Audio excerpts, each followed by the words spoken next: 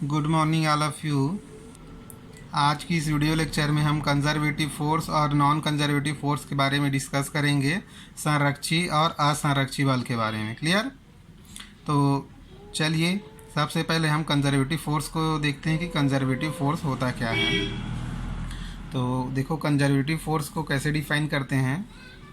The work done by such force, मतलब उस बल के द्वारा किया गया कार्य। इसमें देखो फर्स्ट क्या है, does not depend upon path, मतलब लगने वाला बल संरक्षी कब होगा, जब वह पाथ के ऊपर डिपेंड नहीं करेगा। मतलब रास्ता कोई भी हो, सब देखो जैसे यहाँ इमेज में देखो, आपको पॉइंट ए से पॉइंट बी तक जाना है। क्लियर? तो आप चाहे ये देखो एक रास्ता आप सीधा सीधा जाओ, चाहे इधर से जाओ या इधर से जाओ। क्लियर? तो इसके लिए आपको जो कार्य करना पड़ेगा, यहाँ से देखो पॉइंट ए से पॉइंट बी तक आने के लिए कुछ तो काम करना पड़ेगा। तो आपका फोर्स अगर कंजर्वेटिव है तो आप चाहे इस रास्ते से यहाँ तक पहुँचो, चाहे इस रास्ते से पहुँचो, चाहे इस रास्ते से पहुँचो, तो आपका जो कार्य करना पड़ेगा पॉइंट ए से पॉइंट बी तक आने के लिए, वह कार्य आपका इक्वल होगा। क्लियर? ये आपके पथ के ऊपर डिपेंड नहीं करेगा कि आप किस रास्ते से जा रहे हो, कितना लंबा पड़ा, कितना क्या पड़ा, इसके ऊपर डिपेंड नहीं करता है। आपका जो फोर्स होता है वह इक्वल होता है। इसमें सेकंड क्या होता है, depends only on it's initial and final position. और क्या होता है, जो आपका वर्क डन है वह इनिशियल और फाइनल पोजीशन पे डिपेंड करेगा। मतलब ये डिस्टेंस आपका, जैसे देखो इनिशियल पोजीशन आप पास में है और फाइनल पोजीशन पास में है, तो आपको कम वर्क करना पड़ेगा। और अगर आपका ये पोजीशन चेंज करते जाए, आप देखो फर्स्ट के लिए आपका पोजीशन यहाँ पास में, सेकंड के लिए आपका पोजीशन यहाँ आ गया, थर्ड के लिए आपका पोजीशन यहाँ आ गया, तब आपका जो फोर्स होगा वो कंजर्वेटिव फोर्स नहीं होगा। क्लियर? तो ये कंजर्वेटिव होने के लिए कंडीशन होता है, the work done by such force does not depend upon path, और सेकेंड होता है depends only on it's initial and final position. Clear? इसको देखो एग्जाम्पल क्या क्या है आपका कंजर्वेटिव फोर्स का। जो आपका ग्रेविटेशनल फोर्स होता है वो आपका कंजर्वेटिव फोर्स होता है। स्प्रिंग फोर्स होता है, स्प्रिंग के ऊपर जो फोर्स लगता है वो भी आपका कंजर्वेटिव फोर्स होता है। और इलेक्ट्रोस्टैटिक फोर्स होता है, जो इलेक्ट्रिक फील्ड में जो फोर्स लगता है वह फोर्स भी आपका कंजर्वेटिव फोर्स होता है। क्लियर? अब देखो इसको नॉर्मली डिफाइन करना कैसे कर सकते हो आप। Work done by conservative force in a closed path is always zero. Clear? देखो यहाँ समझ सकते हैं, एक अगर क्लोज पाथ में किसी वस्तु के द्वारा किया गया कार्य जीरो आए, W is equal to zero, तब उस वस्तु का जो फोर्स होगा वह आपका कंजर्वेटिव फोर्स होगा। कैसे होगा यहाँ देखते हैं।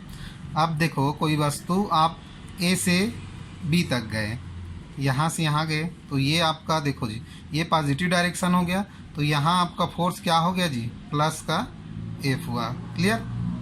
ये हो गया A टू B के लिए, A टू B के लिए आपका फोर्स F। अब आप B से A के डायरेक्शन में आए तो फोर्स तो आपका परिमाण सेम है, लेकिन उसका डायरेक्शन क्या हो गया, अपोजिट हो गया, तो यहाँ आपका फोर्स क्या होगा, माइनस होगा।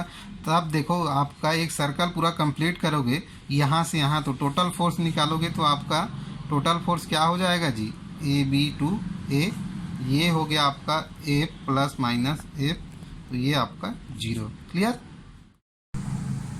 कंजर्वेटिव फोर्स को कैसे डिफाइन कर सकते हैं, the work done by conservative force in a closed path is always zero. Clear? अब हम नॉन कंजर्वेटिव फोर्स को डिस्कस करेंगे कि नॉन कंजर्वेटिव फोर्स होता क्या है। क्लियर? तो नॉन कंजर्वेटिव फोर्स क्या होता है, the work done by such force in a closed path is not zero.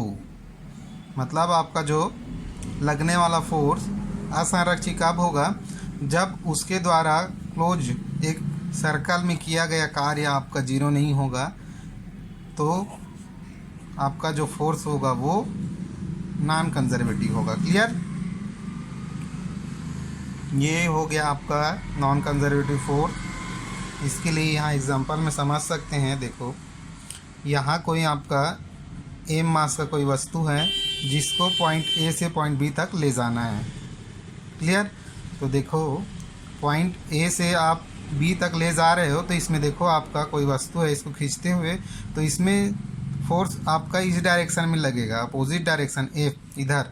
तो ये देखो इसके कारण से इसमें आपका क्या होगा जी, घर्षण के कारण जो फोर्स होगा वो आपका अपोजिट डायरेक्शन में लगेगा। तो देखो आपको पॉइंट ये दो आपका वर्क होगा, ये क्या होगा आपका, सपोज यहाँ से यहाँ तक का डिस्प्लेसमेंट आपका एस है, तो आपका वर्क क्या होगा जी, वर्क हो जाएगा minus F into S. Clear. ये माइनस एफ है क्योंकि डायरेक्शन अपोजिट डायरेक्शन में हो रहा है, घर्षण हो रहा है। क्लियर।